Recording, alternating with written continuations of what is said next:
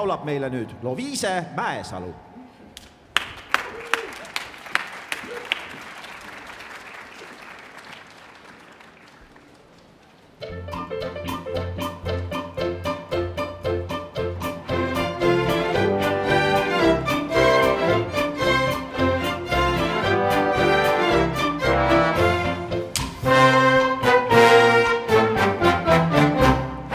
Postimees on päevast päeva tee, aastaid juba nõnda kestab see.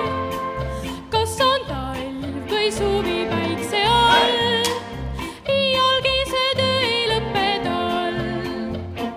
Hei jooga lampa, plaksub mees ja küllas oodub karg ja selle sees muheleb mees, postikott käes.